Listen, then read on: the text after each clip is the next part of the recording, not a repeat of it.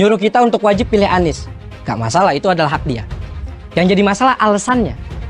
Dia bilang kita wajib pilih Anies karena Anies Baswedan itu Imam Mahdi. Ini makanya buat yang ngomong kayak gitu, gua saranin mending tobat dah. Habis itu mikir, sejak kapan Imam Mahdi kalah sama Prabowo? Sama Prabowo kalah gimana lawan Dajjal, Bang? Ya Allah.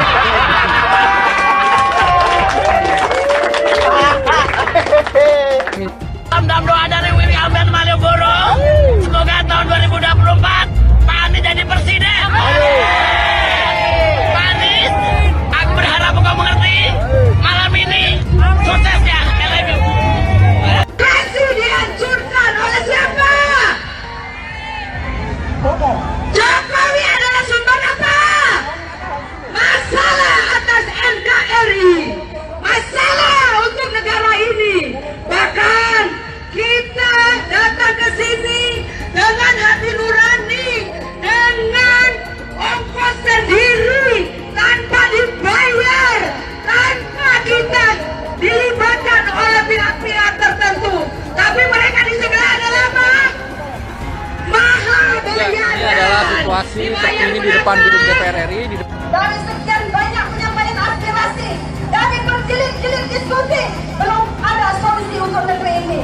Maka kami emak-emak atas nama aliansi masyarakat yang peduli dengan negeri ini, tidak ada jalan lain bahwa pemimpin yang rusak, pemimpin yang tidak tahu malu, hanya satu caranya, yaitu semuanya duduk di kantor DPR itu, duduk di sana, kuasai data dan minta kepada Puan Maharani untuk bukan memakzulkan Jokowi, tetapi lengserkan Jokowi, mundur Jokowi dari sebagai pemimpin. Kalau pilih capres ini wajib, kalau tidak pilih, kalau kalah berdosa. Itu yang membuat muncul ketegangan di masyarakat. Wajibkan orang kemudian menggunakan, mengutip ayat-ayat dalam Al-Quran untuk memilih capres tertentu, itu sangat berbahaya. Sehingga menganggap capres saya inilah yang paling bagus. Sedangkan kalau kamu pilih capres itu, kamu nanti kualat, kamu bahkan ada yang bilang kamu kafir dan lain sebagainya. Itu sebetulnya yang memunculkan polarisasi ekstrim gitu. Tapi kita beruntung juga punya netizen yang fun ya, maksudnya di TikTok dan segala macam. Hal-hal seperti itu dicandain aja gitu.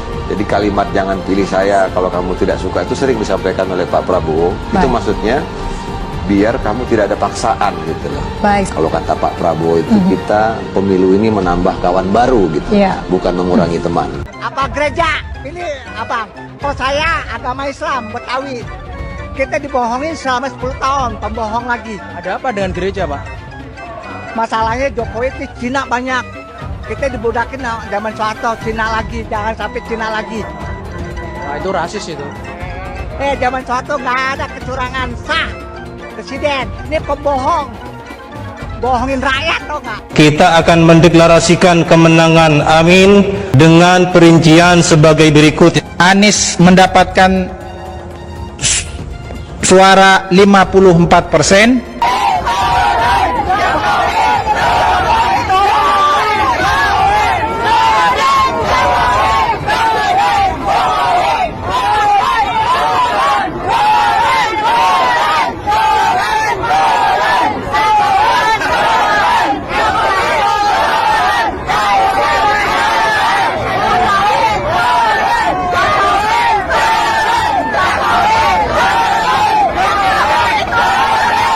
Beb, apakah tidak pilih Anies masuk neraka? Kata siapa?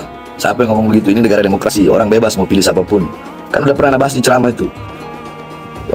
Nggak boleh saling mengkafirkan, apalagi ngomong, oh kalau nggak pilih ini masuk neraka, itu orang goblok yang ngomong begitu. Jokowi itu apa sih? Jokowi itu apa?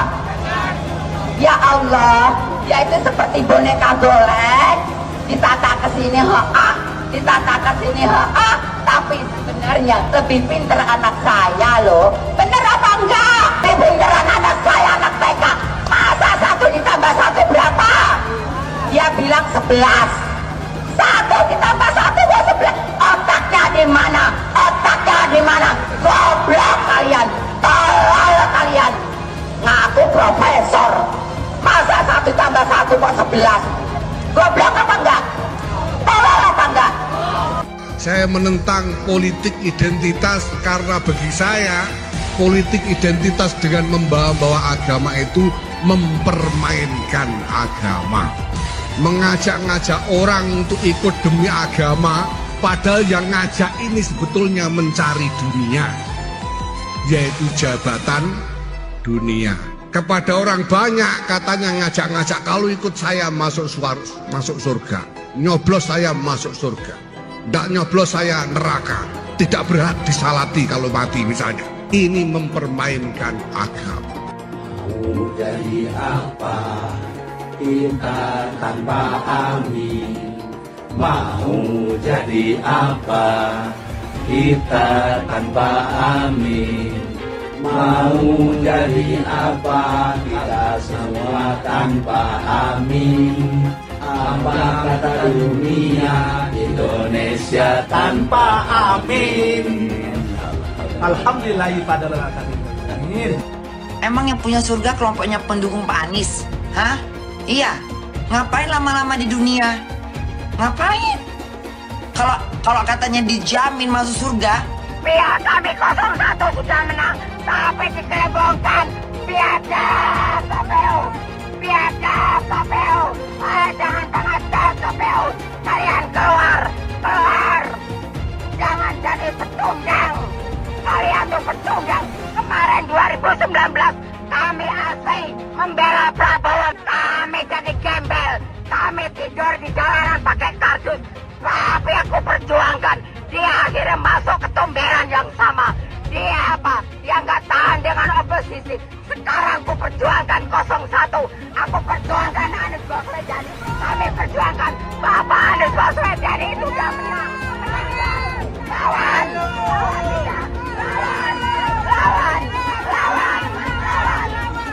KPU. Dengarkan suara hati rakyat. Jangan pernah membuka pembicaraan atau berdebat dengan pendukung 01. Karena capek, beneran capek.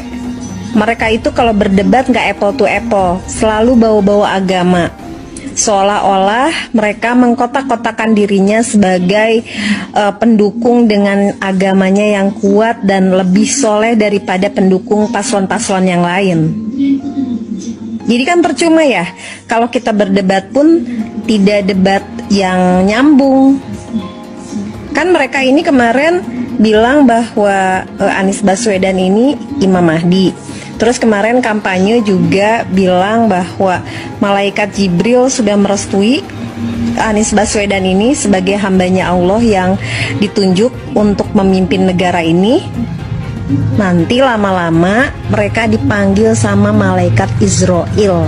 Suara Anda jangan mau dibeli. Itu menguntungkan oli. Marilah kita tegakkan demokrasi. Indonesia bukan milik dinasti. Indonesia bukan milik. Gak belok. Dan milih Anies masuk neraka. Ya, emangnya Anies malaikat? Emangnya Anies Allah? Dia juga belum tentu di belakang kita mah. Kan anaknya aja boro-boro pakai jilbab, Ibu. Anaknya aja nggak pakai jilbab. Nih, masalah surga dan neraka hanya Allah yang tahu. Barangkali jangan salah, Prabowo kan haji. Jangan merasa dia paling hebat. Jangan jual belikan agama. Kita capres aja. Nasional. Tadi viral itu. Gitu. Indonesia aku maju. Bisa aja ya nggak? Sekarang merubah apa yang dirubah. Purwakarta ya Purwakarta aja, nggak bisa ada jadi yang lain-lain. Harus maju. Bukan dirubah, dimajukan. Ya nggak? capek-capek belajar agama, capresnya Imam Mahdi. Bener-bener aja, rugi dong. Yaitu Abah mengutus 1000 malaikat 1000 malaikat. Dari 1000 malaikat, yang satu malaikat membawa 1000 malaikat. Berapa itu jumlahnya? 1 juta. Kita akan mencoblos pilihan Allah dan Rasulnya. Siapa Imam Mahdi? Profesor Dr. Anies Rashid Baswedan. Itu Imam Al-Mahdi. Al-Imam Al-Mahdi 2024 memenangkan Anies Baswedan. Kenapa? Imam Mahdi. Semua sedunia kalau haram tidak mendukung Anies untuk Presiden Indonesia 2024, Dajjal. Kalau tidak memenang Anies Baswedan untuk Presiden 2024, Dajjal. Catat itu, amin menang wajib, amin kalah dosa. Secara eksplisit ditulis dalam Al-Quran. Quran surah Al-Qasas ayat 26, Quran surah Asy-Syu'ara ayat 107, 125, 143, 162, 178, 193. Quran surah Ad-Dukhan ayat 18, ayat 51, Quran surah At-Takwir ayat 21, dan Quran surah At-Tin ayat 3. Tepuk tangan untuk kemenangan amin. Amin menang, amin kalah. Catat itu, amin menang wajib, amin kalah dosa. Kata amin disebut 14 kali di dalam Al-Quran, terdapat di dalam 8 surah. Insya Allah ini menjadi isyarat bahwa pada tanggal 14 Februari 2024 Bapak Anies akan menjadi presiden yang ke-8 dan Pak Muhaimin akan menjadi wakil presiden yang ke-14. Tepuk tangan. Amin menang, amin kalah dosa.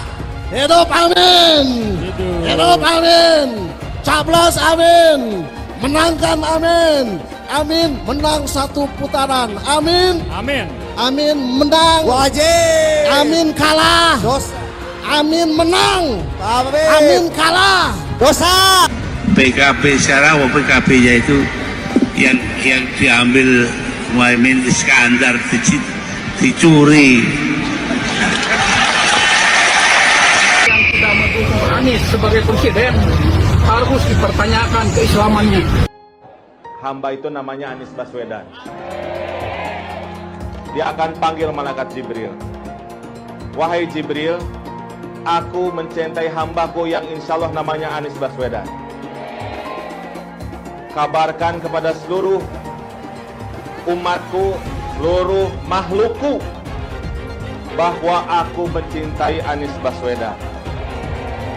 Maka Jibril akan mengatakan kepada seluruh makhluk di langit, seluruh makhluk di bumi, cintailah Anies Baswedan. Maka insya Allah makhluk di langit dan makhluk di bumi semuanya akan mencintai Anies Baswedan dan mendoakan pada 14 Februari insya Allah Anies Baswedan Presiden Republik Indonesia. Siap Bekasi memenangkan Anies Baswedan 80%? Siap menang 1 putaran? Saya tidak mau pemimpin masa depan menyalahkan angin di kemudian hari. Anda kalau nyindir lain kali jangan pakai angin, Mas. Mau bilang lagi, jangan salahkan angin. Saya kan sampaikan soal angin ya kemarin. Angin tak ada KTP-nya. Angin itu bergerak dari sana sini. Ketika polutan yang muncul dari pembangkit listrik tenaga uap mengalir ke Jakarta, maka Jakarta punya indikator, karena itu Jakarta mengatakan ada polusi udara. Ketika anginnya bergerak ke arah Lampung, ke arah Sumatera, ke arah Laut Jawa, di sana tidak ada alat monitor. Ada orang yang bilang jangan cerita soal angin, maka dia tidak menghormati ilmu pengetahuan. Milih Anies dan Imin setidaknya sudah menyelamatkan Indonesia dari kehancuran. Gus Dur saja dikudetanya, apalagi rakyat. Yang satu memang jago kata-kata, jago beretorika, nggak kelawan kalau soal kata-kata. Kalau PKB sekarang bukan PKB Gus Dur, ini PKB Caimin. Jadi beda, PKB-nya sudah beda. Jadi nggak bisa lagi menurut saya, memang masih tetap jualan nama Gus Dur, itu ada larangannya jelas sekali. Tapi ya namanya orang masih mencuri-curi, kebiasaan kayaknya mencuri-curi. Mencuri partai, sekarang mencuri gambar. Gus Dur pendiri partai, orang yang dikatakan oleh Caimin sebagai guru politiknya, malah dikudeta, apalagi rakyat. Susah kan mau milih pemimpin seperti itu nanti? Pemilihan Gubernur DKI Jakarta yang kemudian memenangkan Saudara Anies Rashid Baswedan sebagai gubernur saat itu juga tidak lepas dari peran dan kedudukan dari HTI maupun FPI yang saat itu dianggap punya peran sentral dalam memenangkan Anies Baswedan. Hak konstitusional itu dirampas oleh rejim Jokowi. Kemudian ketika bergulir kekuasaan baru, ada presiden baru, dan Hizbut Tahrir Indonesia dan Front Pembela Islam menuntut kembali haknya, hak konstitusionalnya. Dan kemudian ketika mereka berkuasa, presiden yang didukung Nasdem itu berkuasa, dikembalikan, direstorasi gitu loh. Lah ini wajar. Jadi SKB HTI dikembalikan, ya SKTP dikembalikan, kemudian kita hidup damai, HTI ya dikasih porsinya. Apa porsi HTI? Pengen ada kader yang jadi menteri. Apa sih salahnya kita umat Islam mengatur negeri ini dengan syariah kita? Belum lama ini ada kabar yang seram terkait ormas terlarang yang selama ini dikabarkan dekat dengan Anies Baswedan. Akan ada tuntutan besar-besaran kepada Anies untuk memulihkan kedua organisasi tersebut yang sekarang sudah dicap terlarang. Maksudnya, jika Anies jadi presiden, dia kan akan punya kewenangan untuk kembali memberikan izin pada ormas terlarang itu. Karena mereka ini sudah berjuang habis-habisan untuk mendukung Anies. Gimana kalau Anies menolak tuntutan itu? Tentu akan ada demo besar-besaran. Mungkin bahkan akan ada gelombang demo berjilid-jilid karena mereka telah dikecewakan oleh Anies, padahal sudah didukung dari awal. Ini mengingatkan kita pada fakta bahwa dua ormas ini dulu juga getol mendukung Anies pada Pilgub Jakarta 2017 yang lalu. Mereka memobilisasi massa dengan menggunakan politik sara, sehingga akhirnya Ahok kalah karena gempuran kekuatan politik identitas itu. Jangan sampai Indonesia jatuh ke tangan pembohong. Jangan sampai Indonesia jatuh ke tangan Anies Baswedan. Anies pintar asumsi bukan pintar bicara, tidak pintar kerja. DKI Jakarta sudah menjadi parameter Anies tidak pantas jadi presiden. Saya mensyukuri kenapa kalah, kenapa ditahan. Saya bersyukur atas itu semua. Saya coba bayangkan ya, kalau seandainya waktu itu kita menang gitu ya, hari ini belum tentu kita bisa nikmati seperti ini. Kita bersyukur 5 tahun Tuhan izinkan kasih ke orang yang pintar ngomong untuk kerja. Coba kalau kita bayangkan gitu ya, kalau kemarin saya masih jadi gubernur, ini saya udah turun ini. Tapi yang pintar ngomong itu dikira orang hebat kan? Ini lebih berbahaya tahun 2024. Langsung ketahuan karakternya. Langsung ketahuan itu. Di saya juga ada kutipan Pak di kamar saya Pak. Tulisannya, Jakarta telah mengambil keputusan yang fatal. Anies bilang dia akan membuka lapangan kerja. Yang dulu janjinya 200.000 lapangan kerja, ternyata cuma omong kosong alias cuma janji palsu. Soal pembangunan yang berkelanjutan. Dia bilang di Jakarta dia udah meneruskan yang udah baik.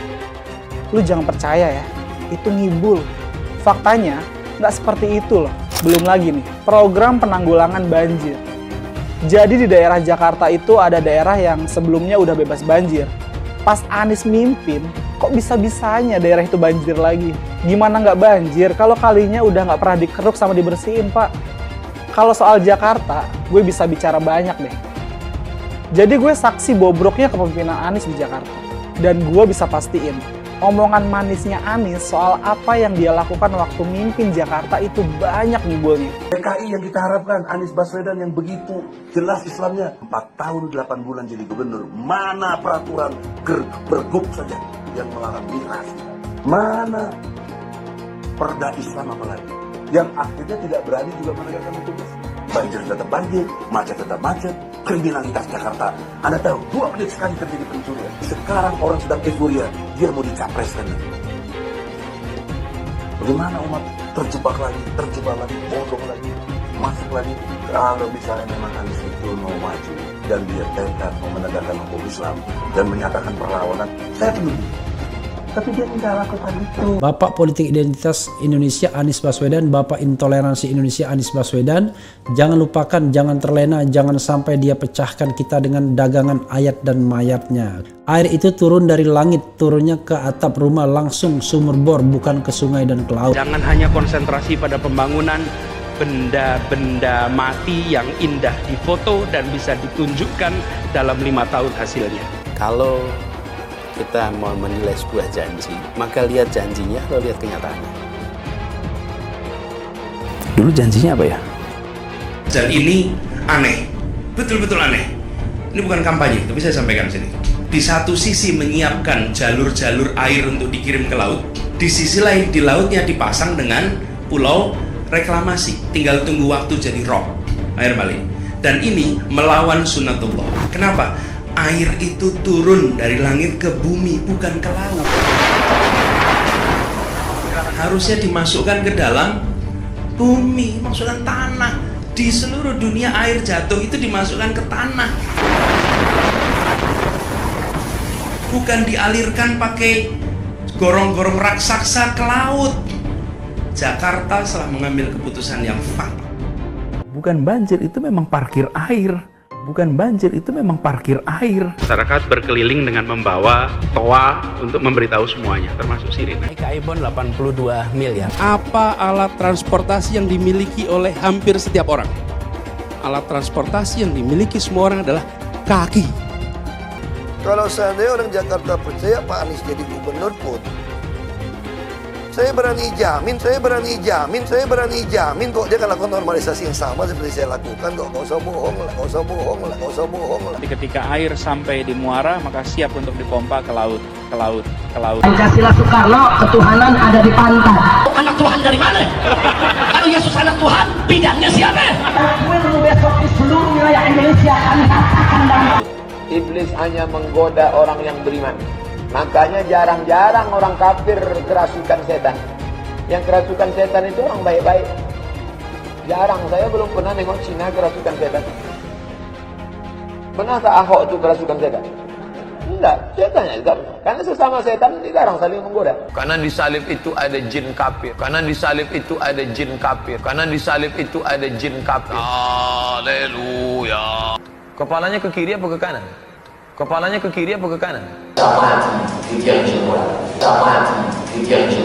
Tetap percaya salib itu lambang mulia, bukan jin.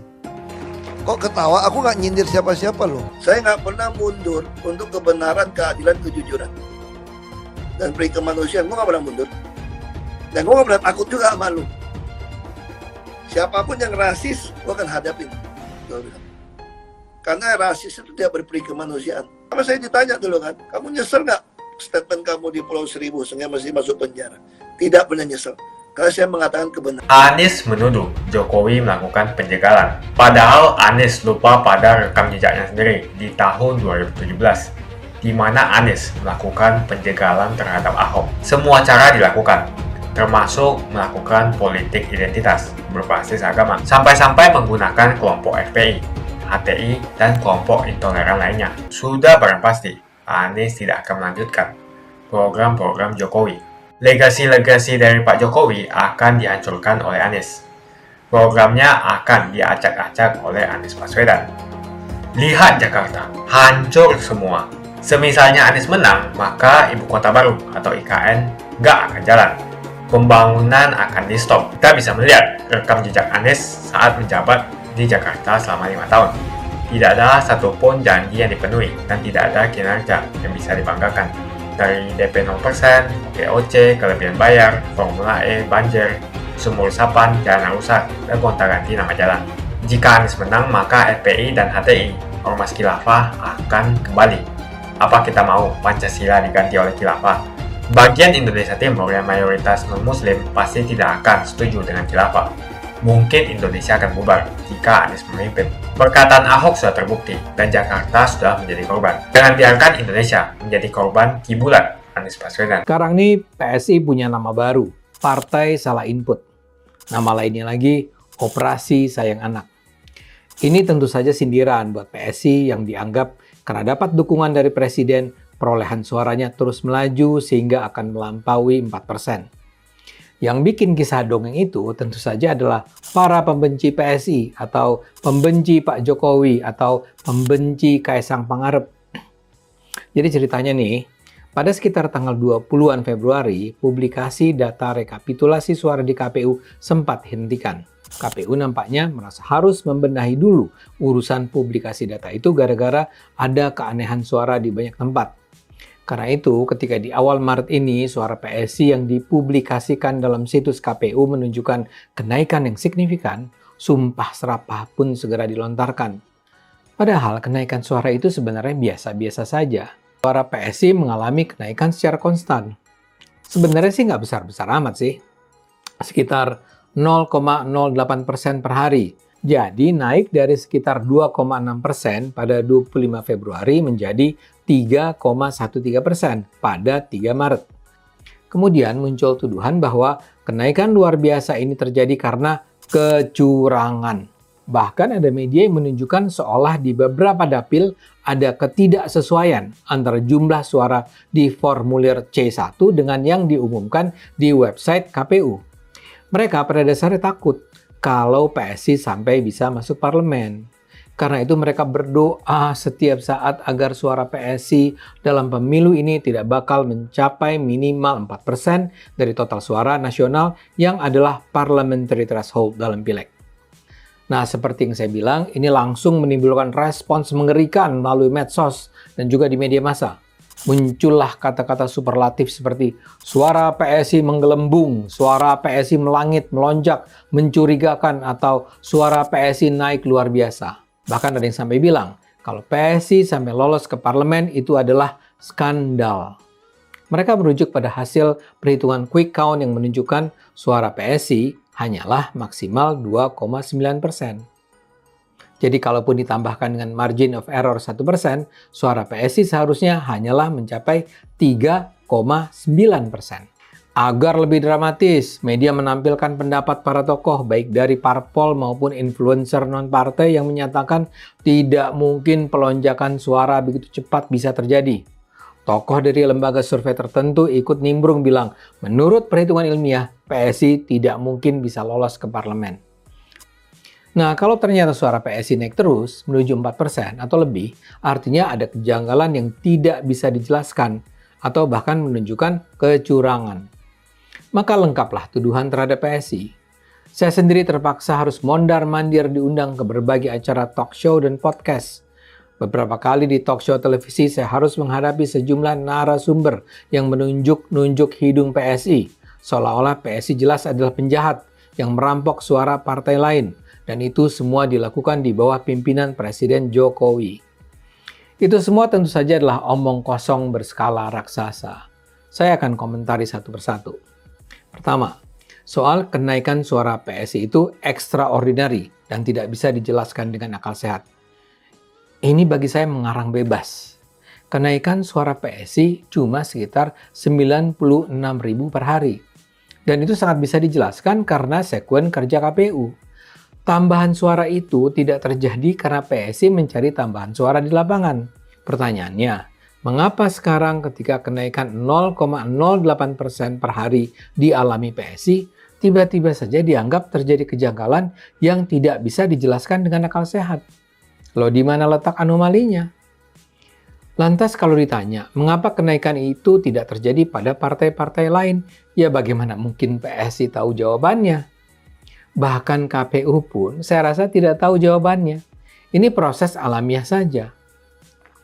Coba saja kita bandingkan dengan kenaikan suara partai-partai besar di hari-hari pertama sesudah hari pencoblosan. Kenaikan suara PDIP atau Gerindra atau Golkar misalnya, dari hari ke hari bisa mencapai 3%, 4%, dan seterusnya. Sementara pada hari itu kenaikan suara PSI hanya mencapai 0,0 sekian persen.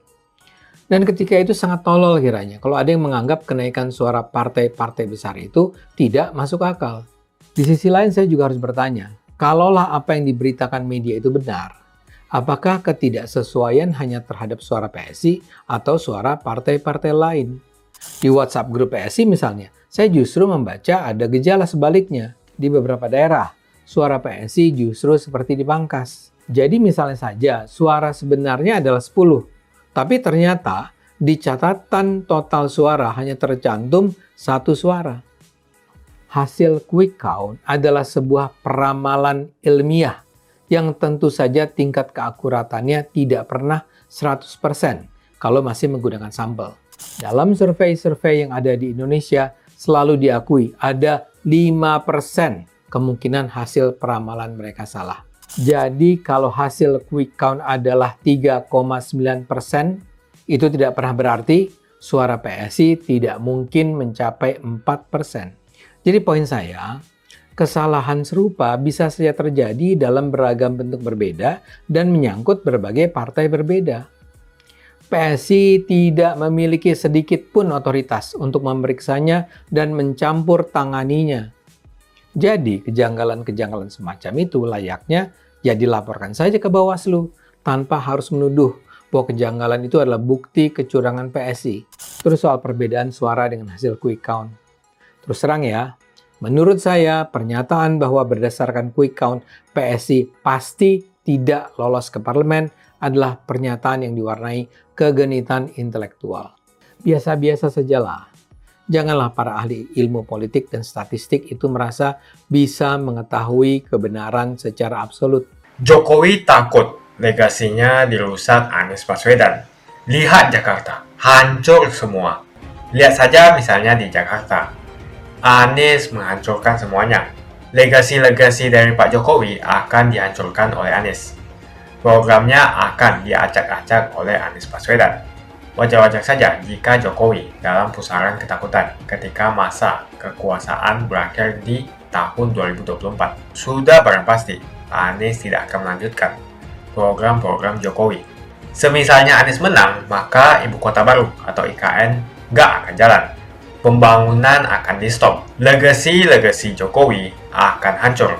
Anies menuduh Jokowi melakukan penjagalan. Padahal Anies lupa pada rekam jejaknya sendiri di tahun 2017, di mana Anies melakukan penjagalan terhadap Ahok. Semua cara dilakukan, termasuk melakukan politik identitas berbasis agama, sampai-sampai menggunakan kelompok FPI, HTI, dan kelompok intoleran lainnya. Anies Baswedan sampai nekat berkoalisi dengan ormas preman berjubah agama. Di tahun 2024, Anies Baswedan akan kembali menggunakan strategi di tahun 2017. Kelakuan-kelakuan relawan Anies yang menjalankan strategi ini masih pakai pola yang lama. Pola yang lama berupa membangun opini negatif terhadap pemerintah dan Komisi Pemilihan Umum. Curangan Anies lainnya adalah melakukan kampanye sebelum waktunya, di mana dia mengganti namanya menjadi head start untuk membingungkan publik. Atau kecurangan Anies Baswedan yang menggunakan jet pribadi saat kampanye di mana-mana. Berapa kecurangan dari biaya kampanye yang menggunakan jet pribadi? Apakah ini datang dari korupsi BTS yang dilakukan oleh Menkominfo dari Partai Nasdem? Tak main-main kecurangan maling atau korupsi yang dilakukan oleh Johnny G. Plate adalah sebesar 8 triliun rupiah. Suka tidak suka, senang tidak senang, sadar atau tidak sadar, pola Anies Baswedan ini sudah basi. Nampaknya para relawan Anies sudah tak punya cara atau metode lain dalam berkampanye, sehingga memainkan strategi playing victim. Memang basi sih strategi ini, tapi sangat terbukti ampuh, apalagi jika ditambahkan dengan jualan isu agama. Kita bisa melihat rekam jejak Anies saat menjabat di Jakarta selama 5 tahun. Tidak ada satupun janji yang dipenuhi dan tidak ada kinerja yang bisa dibanggakan. Dari DP 0%, OKOC, kelebihan bayar, Formula E, banjir, sumur resapan, jalan rusak, dan gonta-ganti nama jalan. Diketahui Anies pun masih berhutang 100 miliar kepada Sandiaga Uno dan sampai saat ini belum dibayarkan. Untuk jadi gubernur saja, Anies sampai berhutang 100 miliar kepada Sandiaga Uno dan belum dibayarkan. Apalagi jadi presiden. Berapa triliun yang akan Anies hutangkan? Dan bagaimana Anies bisa membayar utang triliunan itu? Apakah Indonesia siap untuk dijual? Jika Anies menang, maka FPI dan HTI, Ormas Khilafah, akan kembali. Apa kita mau Pancasila diganti oleh Khilafah? Bagian Indonesia Timur yang mayoritas non-Muslim pasti tidak akan setuju dengan Khilafah. Mungkin Indonesia akan bubar jika Anies memimpin. Perkataan Ahok sudah terbukti dan Jakarta sudah menjadi korban. Jangan biarkan Indonesia menjadi korban kibulan Anies Baswedan. Begitu saja opini saya tentang Anies Baswedan. Bagaimana opini kalian?